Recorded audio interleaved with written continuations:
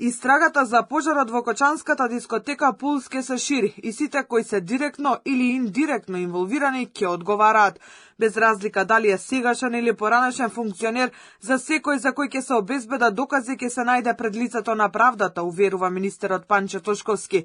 МВР поднесе кривична пријава за 34 и 3 фирми. Сите се товарат за тешки дела против општа сигурност.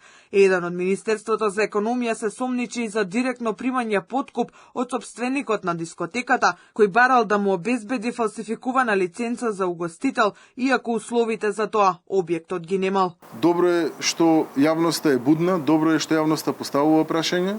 Ве охрабрувам и понатаму да продолжите во истата насока, но институциите мора темелно, законито, професионално да си ја сработат работата.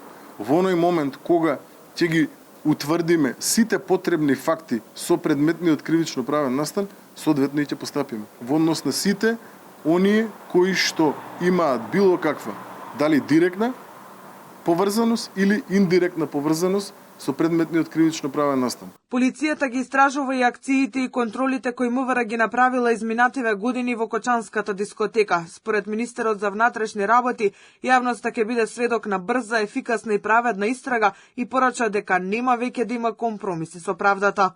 Македонија мора да победи во битката со системската корупција која што одзеде 59 млади животи. Кога се случи сето ова, со болка во душата, потенциравме дека нема да има компромиси со правдата. Ветивме дека ќе има брза и ефикасна и праведна истрага. Многумина избрзаа со заклучоци. Некои со право се сомневаа, а некои сакаа да ја искористат оваа трагедија и за други цели. Некои се обидуваа да судат и да бидат обвинители, истражители, морален, па и преки суд, иако ги немаа фактите. МВР транспортирала над 250 лица до болниците, а над 100 надвор од државата, а били изработени итни патни документи за повредените и за најблиските.